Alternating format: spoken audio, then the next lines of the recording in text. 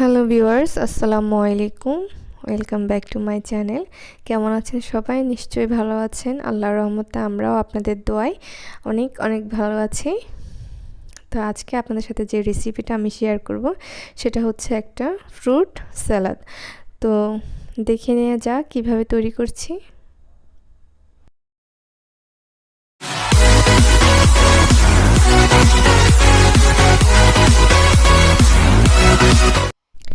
আমাদের এখানে লাগবে 1 কাপ টক দই, 2 চা চামচ চিয়া সিডস।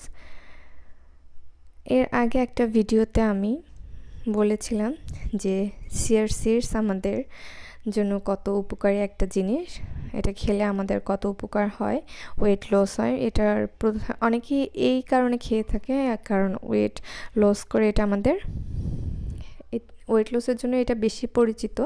তো আমি এই স্যালাডটা আসলে ওয়েট লসের জন্যই খাচ্ছি।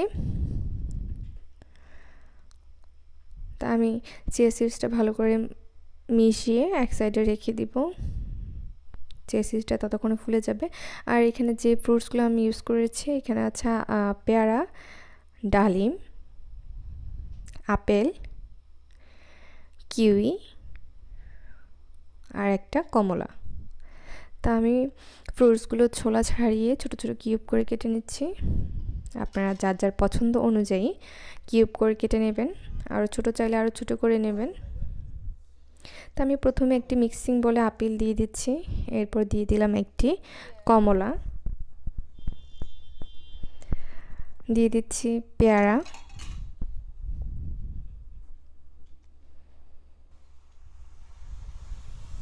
এখন দিয়ে দিচ্ছি একটি কিউই, আর দিয়ে দিচ্ছি অর্ধেক ডালিম। আপনারা কিন্তু এখানে যার যার পছন্দ অনুযায়ী ফল ইউজ করতে পারেন।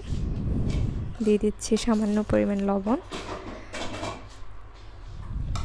আর সামান্য পরিমাণ চিনি।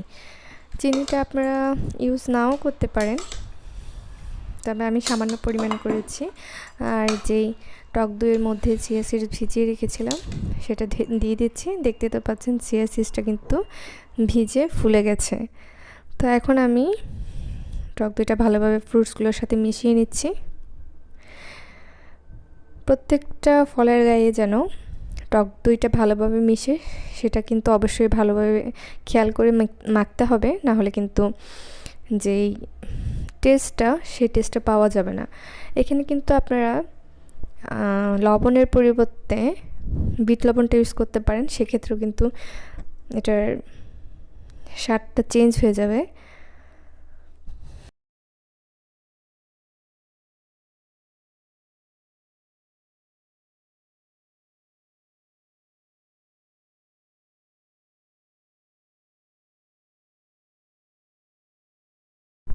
তো আমার মিক্স করা হয়ে গেছে, আমি এখন টেস্ট করে দেখব আমার সব কিছু ঠিক আছে কি না।